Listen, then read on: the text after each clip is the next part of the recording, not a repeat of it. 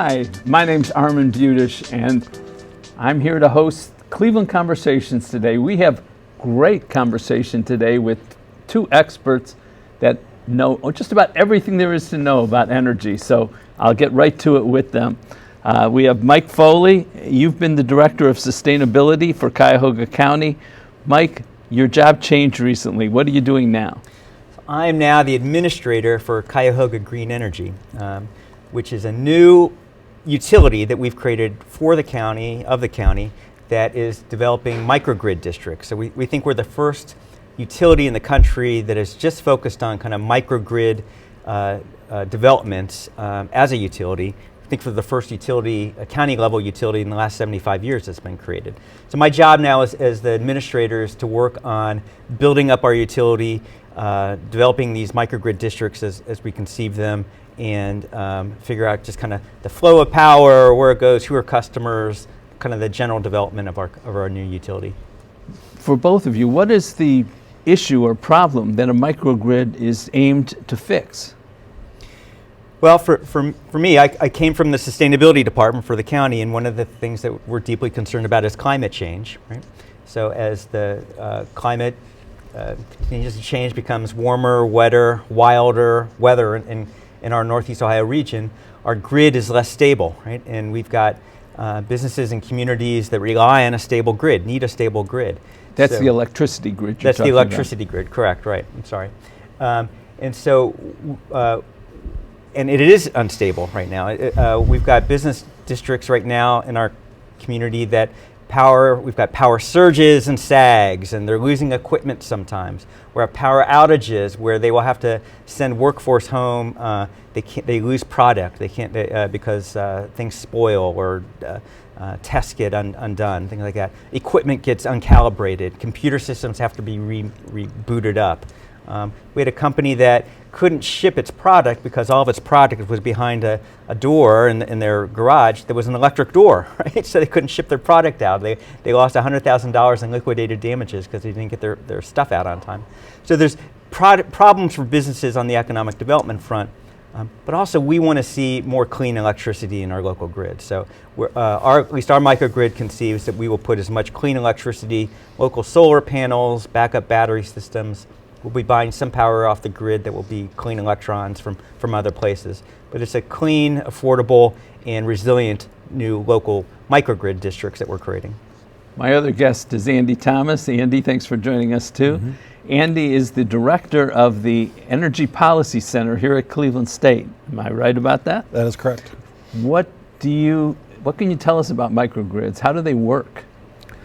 So a microgrid is a small grid that is capable of islanding off of the main grid. And so if there is an outage in the main grid, there are signals that are sent into the system from controllers that tell the microgrid, okay, you need to island off so you don't get your system disrupted.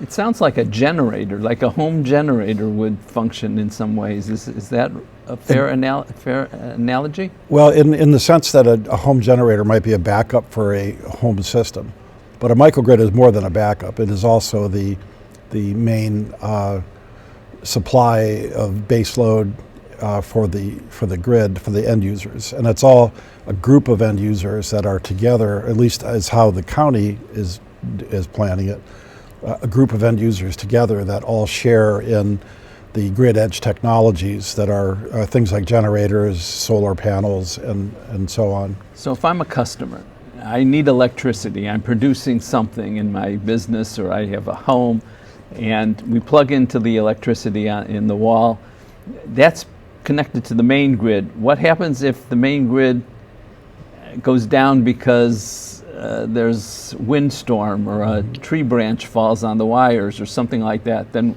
how does the microgrid help? Well, the microgrid islands off of that main grid so that disturbance doesn't come into the microgrid. Is that come on automatically? Yes, and or will have already been on, but it may come on immediately so that you can't tell the difference, and your system will remain up during the whole time of that disturbance. If I'm a customer and I want to join the microgrid, is there any kind of guarantee how how protected, how resilient, how little time I'll be out of electricity if something happens?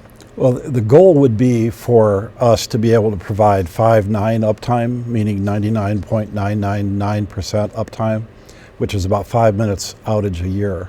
5 minutes a year. Right. That's a maximum that you'd be out. Right. And then current grid is 3/9 uptime. So that's 99.9% uptime, and that's around 8 hours a year typically. That doesn't include storms, though. So there may be an outage that's longer than that from a storm, but that's just the current grid configuration in Northeast Ohio. So a microgrid could keep a business going or keep your home refrigerator on for as long as necessary. That's right. Mike, where does the power come from for a microgrid as opposed to the regular grid? So the regular grid is, you've got electric lines running across the country. It's the large transmission grid. And then it steps down to local distribution networks. So substations, it'll step down. And then the distribution network, which in our case is either Cleveland Public Power or First Energy or CEI, will run lines into your homes or businesses. So we will be taking some power off the larger transmission grid, right? But we will also be generating our own local power. So we'll have. Where's that coming from? It could be solar panels on landfills. It could be solar panels on rooftops. It could be, there's new technologies coming in that are being investigated, being proven. Concepts are being proven. Fuel cells. There's natural gas generation sets. So if the sun's not out, we can use natural gas. We could, right? Which is still cleaner than oil or coal. It's cleaner than coal, right? We're trying, as a sustainability former director, I'm trying to minimize the use of natural gas as much as possible. But in some circumstances, we may need it. Just when it's nighttime, power goes out, we don't have solar, or maybe the battery is low, things like that. Andy, the types of businesses that would be interested in joining a microgrid so that they have that resilience, what types of businesses are concerned about that? Well, the ones that jump out are going to be the ones that have that rely on the digital economy, and so isn't that everybody these days? Pretty much, it's getting that way. It used to be that, for instance, manufacturing was the area we could most have interruptible power, and we would have those contracts that were deliberately set up so if there was a problem in the grid, you would actually shut down manufacturing operations. You can't do that anymore with advanced manufacturing. Now it's all digitized, it all relies on robotics, and there's been this merger of the information technology with the operational technology, and pretty much now everybody needs to have uptime. But there are some that are extremely vulnerable to it, and those are things like data centers and finance industries and new research technology labs. Those are all areas that will pay a premium to have that sort of 5/9 uptime I was talking about. So let's say the power goes out for 6 hours, 8 hours, 2 days. What kind of impact can that have on a business? Well, it could be, for a couple of days, you could shut a business down completely. It could be millions of dollars in losses. There has been studies that have been done by the digital economy people, like the Internet of Things type folks that show that for data centers, it's a 30-second outage is loss of $1 million to them. Wow. And even for manufacturing, you talked about manufacturing at the beginning. If a company has to shut down their production line for even an hour or half an hour, that can cost the company, by the time they have to restart the line up, it can cost millions, can't it? Yes. All right. So what's the cost to put in a microgrid, since you're going to be helping do that for the county?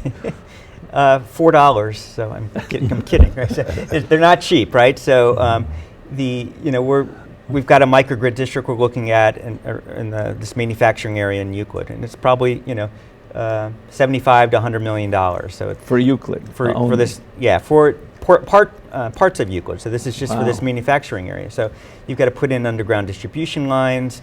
We have to factor in either upgrading or creating our new substations. There's interconnection costs into the transmission grid. You've got local solar panels, other generation and equipment costs, plus all the labor. So it's not cheap. So $100 million.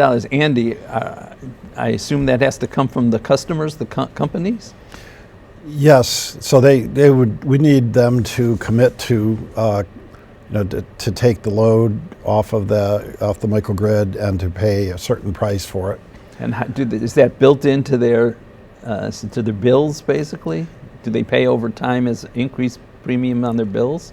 Well, it remains to be seen how much a premium there really is, because by building the microgrid, you're able to reduce a lot of costs that you might otherwise have to pay. Transmission costs, demand and capacity costs, and what goes into your electric bill is pretty complicated in all the different areas that are impacted potentially by a reliable microgrid. So you don't have to have standby, for instance. So you had talked to me offline. You had said you thought that, in fact, it might cost no more than what companies are paying now, even to have a microgrid. It might even be less. That's correct. You agree with that, Mike? Yeah. So as a local government utility, we've got a little bit more flexibility than the large investor-owned utilities do. I mean, they've been very successful in getting non-bypassable riders passed on everyone's bill. We're not subject to the Public Utility Commission rules that govern the investor-owned utilities. And we're not subject to those non-bypassable riders. So we may have a couple of our own, but we're not subject to the 28 non-bypassable riders.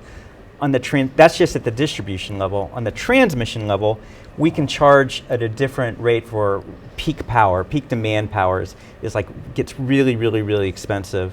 And we can charge at a different kind of algorithm than what investor-owned utilities charge, and save companies money. So we've got some flexibility just as a regulatory kind of body that gets out of some of the costly aspects that investor-owned utilities already have in place. So offline we talked also, and you indicated to me you thought that we could be the most reliable energy in the United States and maybe in the world. I said that, and as green as possible, too. As green as possible. You always emphasize the green, which is important to do. Where are you talking about putting these microgrids in Cuyahoga County? So we've got 4 initial sites we're looking at. One is in the city of Euclid, this manufacturing district around East 222nd and Lakeside Road, St. Clair Avenue. One in Brooklyn. We've already got a landfill in Brooklyn that we've got 35,000 solar panels on. And there's more space to put more solar panels on this landfill. So we've got a manufacturing district over there. Out up by the airport, it's called the Arizona District, outside the gates of NASA and the airport. There's a lot of kind of high-tech companies, as Andy talked about earlier, who do business with NASA. Plus there's kind of emerging new manufacturing happening out there. So that is one of our areas. And then lastly is our new county jail, which we're building in Garfield Heights. So we will be embedding into the jail and this central services campus, what we're talking about. A microgrid there that could serve not only our central services campus, but also businesses in and around that central service campus in Garfield Heights. So you got several locations that you're already planning on putting microgrids. Is there any reason you couldn't eventually put them everywhere in Cuyahoga County? No, there's not. So we've got. There's not a reason not to do it? We could do it, I guess. Could do it, okay. Just want to clarify that. Yeah, no, thanks. And these first 4 projects, look, we're new at this, right? And we really want to get these right, and so we're going to concentrate and get these 4 right. But yeah, we want to expand. We want to offer this service and this utility to the whole county as we move forward. But these first 4 projects, we really want to make sure they are right and perfect, and that we are as good as possible at delivering service to people. Andy, I know you've done a lot of studying on this subject. Is there a way that we can, in Cuyahoga County, use microgrids to attract businesses so that they can come here, they want to come here to get this more reliable energy?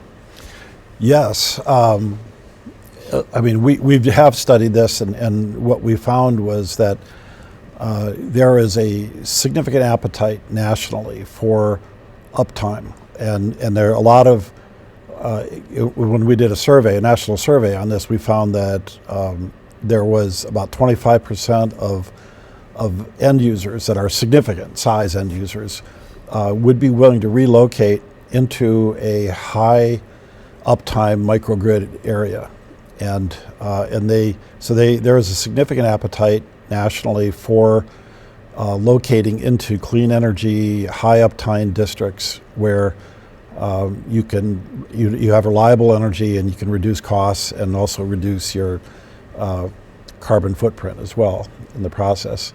So we've done that study, and we've also done studies too, looking at the value of lost load and looking at the cost of marginal cost of resiliency, and it's based on what we've been able to figure out that our analysis suggests that we could probably pay 4 or 5 cents more per kilowatt hour than current value is for commercial loads right now in the Cuyahoga County area, which is around 10 or 11 cents a kilowatt hour.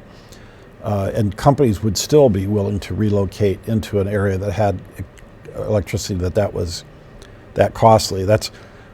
We're not sure about that, and so our goal is to develop this at a price that is comparable to the existing cost of electricity. And so, but there is definitely an interest nationally in potentially locating into a microgrid district, and that's what got this whole thing started. Was we were looking at this as a way to attract economic development into the county. So, Mike, can I add on to that? And yeah, please. And I just think that for regions like Cuyahoga and Cleveland and Great Lakes cities, there's going to be more pressure on us to be able to accept more companies, right? So I'm going to a conference next week that's just talking about climate migration, right? As the world gets hotter and especially in the south and the west, and there's more droughts and wildfires, things like that. Places like ours that are on the Great Lakes that will suffer from climate change, but not to the extent of other places, may be more desirable places where businesses may want to locate or relocate. And so having kind of this microgrid, resilient electric grid up in place is an economic development tool in and of itself, I think. And more businesses want to be able to say they're plugged into green energy. That's right. Mm-hmm. Which is what you're trying to do. That's exactly right. Mm-hmm. I remember talking to the former CEO of the Cleveland Clinic, and the Cleveland Clinic is surrounded by generators, private generators, because they got to keep up no matter what happens, keep their energy up. So they were telling me, it's very expensive to have those private generators up, to buy them, to put them up, to run them, and even though they have private generators, he was indicating to me he would love to see a microgrid that he could plug into. So I think you're probably right that there's great interest in businesses to come into a district like that. Yeah. So it's one of the advantages we potentially offer is that they don't have to buy their own backup generation systems, right? And we do it for them, and it just takes off their capital costs for operating their business, some of the costs that they have. And if they do have backup generation that already exists, they can sell that backup into the microgrid. So they can monetize the value of their prior investments into backup generation. Is there any thing like this that you've seen anywhere else in the country, a regional microgrid like this? Well, there's a lot of microgrids that are on campuses, like college campuses and military bases, that sort of thing. And but there's, to my knowledge, there's single business or single use microgrids. They're single use, but they have many buildings. Mm-hmm. So it's like a community, and it's what they call behind the meter, meaning this is all about regulation, not about actual physical flow of electrons. The regulation means it's all considered by the regulators to be a single user. So, but you could have 40 buildings like that. But what we're proposing is going to be in front of the meter, meaning it'll have multiple users who are unrelated to each other, all sharing that microgrid. There is one in Chicago like that, that currently is in operation. It's a kind of a small one, but there is one there, and something similar was done in Philadelphia at the naval shipyards there too. But this will be the first commercial microgrid, in front of the meter microgrid in the country that we're talking about doing. So any business in this region can connect to it in a microgrid area? If they are in a community that is that grants us the authority to operate in their community. Great. Can I say? Yeah, please. In those first 4 districts that you got to be in a district that we're working in, and right now we've got those first 4 districts that we're working in. You went through this. But we hopefully expand so that any business later on, 5, 10 years from now, could be in a microgrid district, a different one. When you did your studies, Andy, did you study what the potential economic benefit could be to a region by virtue of providing this benefit and attracting businesses? We did one for downtown Cleveland. Okay, and what did you find? We found, I can't remember the numbers exactly, but it was around $100 million of benefit economic impact, direct economic impact within a 5-year period, just for downtown Cleveland. And of course, there's a lot of indirect impacts as well, and induced effects and all those sorts of things. But we focus just on direct impact. Great. Well, I want to thank you both for coming in and both for working on this. I know that, Andy, you've been a consultant for the county for years on this microgrid idea, and Yes. Mike, you've led our efforts at the county for years, even though you didn't have the title at that time. Now you do. And it's really exciting to see what this can mean to Cleveland and Cuyahoga County to have these multi-use microgrid districts to attract business and serve and keep the energy clean. That's right. Thank you both for coming in and talking about it. That was Mike and Andy and Cleveland Conversations. Thanks for watching.